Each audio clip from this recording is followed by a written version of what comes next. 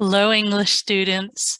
Did you know that you can improve your writing drastically through proofreading, editing, and revising? These are really significant parts of making your writing better overall. So I have a PowerPoint that I want to go through quickly with you. Hopefully this won't be too long.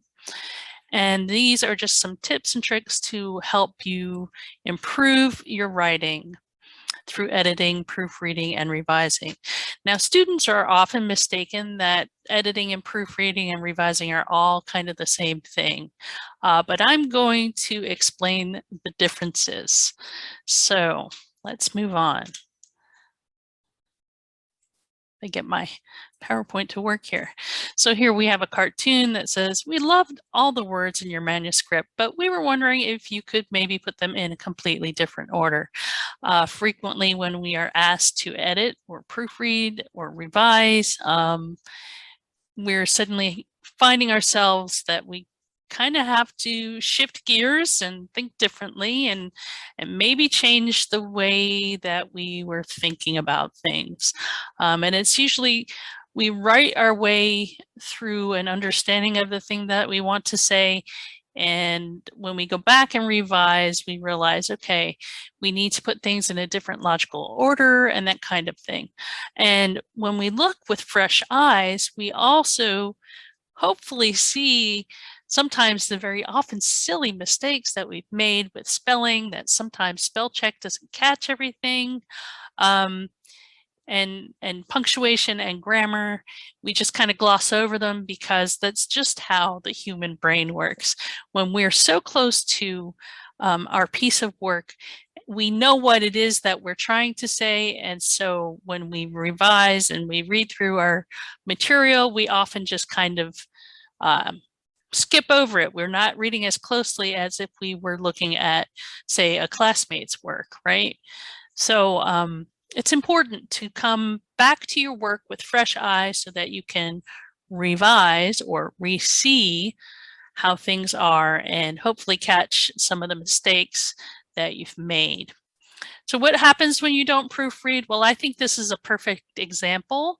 Former President Donald Trump got grilled because of this tweet that he sent out at 9 o'clock on May 30th of 2017. Despite the constant negative press, covfefe. And what the heck is covfefe? Obviously, he meant press coverage, but did not proofread before he sent his tweet, and for some reason did not go back and remove the tweet and repost, because we all know that we send tweets and we send something with a spelling mistake and we look stupid and we're like, heck, we don't even have an edit function. But you can go back and delete the tweet and then rewrite what it is you meant to say. So proofreading obviously is important. And why? Well, this happens. So it made it into Urban Dictionary when you want to say coverage, but your hands are too small to hit all the letters on your keyboard. Or this, somebody made up a Pokemon card of covfefe looking like Donald Trump. And this, a coffee mug that is actually for sale. A nonsense word tweeted by Donald Trump on the 31st of May, actually it was the 30th of May, 2017, the perfect metaphor for the entire Trump administration. Forgive me if you are a Trump supporter, I'm not making fun of you. I'm just making fun of the fact that somebody in an extreme power, a position of power, didn't even have the smarts to proofread a message that was going out to a wide scale public. So that being said, will you forget to proofread? No, just like Jim, right? Okay, so proofreading includes grammar, sentence structure, formatting, punctuation, spelling, capitalization, all those nitty-gritty things that we often take for granted. So you want to fix grammatical and spelling and punctuation errors. And after you write every draft and tweet, And before submitting it for comments, that's the perfect time to look through again, even if you feel like you've looked through it 1,000 times. It is always a good idea to look through your draft before submitting it. And I'm guilty of this too. I often will send emails or responses and, I don't look it over, and then I send it, and then I read through it, and I'm like, oh my goodness, I'm such a dope for making that spelling mistake. Yeah, I teach English. Okay. You also want to check for the flow and the tone via the organization, your intro, and your conclusion. And of course, you want to make sure that there are no typos. Obviously, when we're dealing with our phones and we're sending out tweets or Snapchat or an email on our devices, we often overlook that autocorrect sometimes will put in what it thinks that we want to say when it actually isn't. Yes, I am not trying to say duck. You get my meaning, right? So yeah, it's always good to make sure there are no typos. So what are the differences between editing and revising? Are they the same? Well, no, they are not the same. Of course, he doesn't know either. Okay, so hopefully we'll find out. Here are some handy acronyms to illustrate the differences between revise and edit. So revise, we have ARMS, which is add, remove, move, and substitute. And for edit, we have CUPS, capitalize, usage, punctuation, spelling. So the difference is here, editing entails proofreading, right? They are one, they go hand in hand. So you're going to correct typographical or grammatical errors. And of course, you want to simplify wording or clarify your meaning.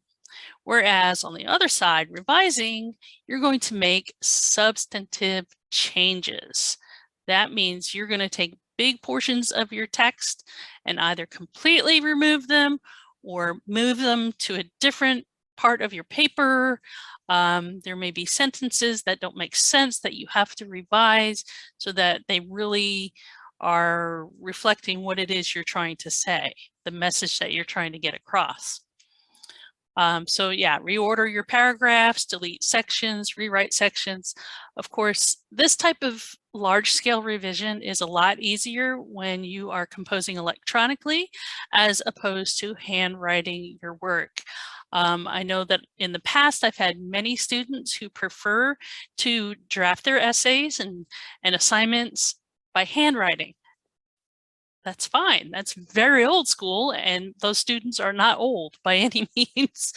But it is so much easier when you're composing electronically in your Word software, word processing program and software, to just highlight and cut and paste complete sections of your paper and move it to where it may make more sense. Also, it's just easier to delete sections, right? All you have to do is highlight and delete, and it's gone. Of course, you can always undo that if you think you made a mistake, but the main idea here is that editing and revising are not the same. So remember ARMS and remember CUPS. So this last slide here is a proofreading activity. We're planning to do this in class if I have time. And what you're going to do here, and there's a handout that I've posted to the week 4 resources. If you would like to rewrite with the corrections and submit that, I'll give you credit for it. But you want to look closely, look at all the grammar and spelling and punctuation. You don't have to revise, although there are a few sections where I think you could either remove a sentence or revise it so that it's a little bit more clear with its meaning, but you're not required to revise. That's something, if you see something you say, well, I think this could be written a different way, then by all means you could revise, make a revision suggestion. And that sums up the revision, the differences between editing and revision. And here are some references that you can go to. I'm not sure that all of these links are functional. I know that the UNC Writing Center one, and the Harvard one, and the Purdue OWL, those should all be functional. But as far as the other ones, I'm not sure. I took some of this information from a previous PowerPoint. So if you have any questions about anything, especially the little activity at the end, please don't hesitate to send me an email. Oh, I do want to go back to our Blackboard page and just have a few words about the revision strategies. So I went over the editing checklist, I think in one of those videos, probably the overview video, which I haven't posted yet. It's still in processing on YouTube. So the revision strategies worksheet. Yeah, so I went over says and does, and I also talked about worms a little bit in the overview video. If you have any questions about these strategies for revision, please just ask me. As I said, I'm not sure we'll go and actually be doing revision in class this week. I may move that to next week, week 5, as you really start to get into revision and to prepare for submission of your final drafts. So yeah, I think that's it. Thanks for hanging with me. Have a good week, everybody. Bye-bye.